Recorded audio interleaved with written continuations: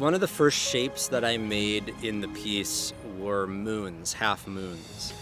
And as I was making it, it looked like I was making a constellation of stars and moons and suns. And so I was playing a lot with material from the earth and patterns or shapes from the heavens. So that was my inspiration.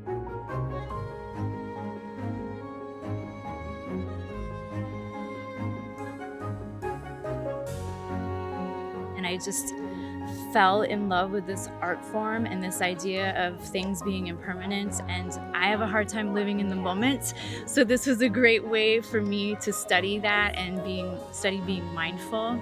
So I wanted to come out and meet Dave. There is just such a healing energy to his work that I'm so glad I came. I hope people walked away with a sense of meaning and inspiration, and that they could take the many ways that life is marking them and mark life back with beauty and ritual. Beauty can come from grief, and I had forgotten about that. I've just been so in my grief due to COVID and losing our dog and losing my mom, even though that was 5 years ago. I've just been kind of down in the dumps, and this is just a reminder that I can create something beautiful out of something so sad. I walked around and looked at the simple little things in the baskets. I was just struck by how there is an elevation that's taking place, just this simple little seed or this simple little piece of fern, and that when he tears it with his hands and creates this assemblage, it becomes this thing that's even more beautiful than it was before.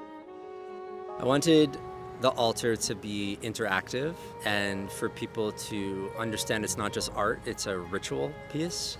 And it's really about remembering. And so we thought planting a seed in the altar and letting people remember their dead, remember their loved ones, gave people a way to make the piece more meaningful and more personal to them. Well, I mean, it was a sunflower seed, and yellow was his favorite color, which is why I'm wearing yellow today. And so it was like a spiritual act, like to put the seed in the soil. And so it was an opportunity, I felt like, to maybe transfer a little bit of that grief to the seed and place it in the soil so that it could maybe grow into something better. A wonderful tool and resource that people can use to process and heal and just engage with life more fully. Is inviting us to remember what's truly important in life, which is the fleeting nature of life and creating a deep sense of appreciation for what we have right now,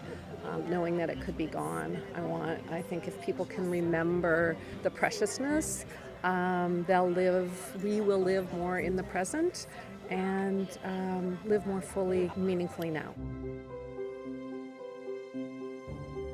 What I really appreciate about what Lakewood does is it invites people in to the cemetery and to this space to process grief in some very different ways, but to walk among the living as you are processing your own mortality and your own immortality. A place that is reimagining what it means to be a cemetery and to bring new traditions and new life into a place that I think a lot of people are unsure how to be in. And so it's very inspiring to be here, and I think there's a spirit here, there's an energy here that people find to be very meaningful to them.